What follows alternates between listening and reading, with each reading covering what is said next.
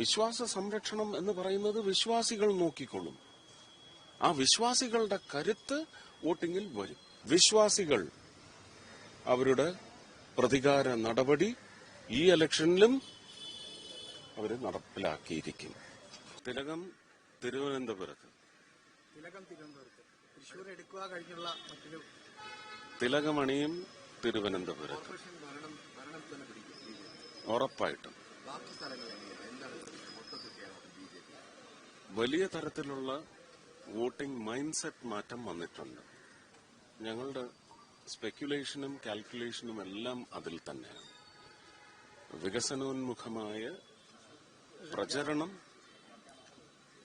പ്രചരണം എന്ന് പറയുന്നത് ഞങ്ങളുടെ ഇലക്ഷൻ എല്ലാവരും ചെയ്യുന്നത് പോലെ തന്നെ ചെയ്തതാണ്. പക്ഷേ ജനങ്ങൾക്ക് ആ നോട്ടം വന്നിരിക്കുന്നു.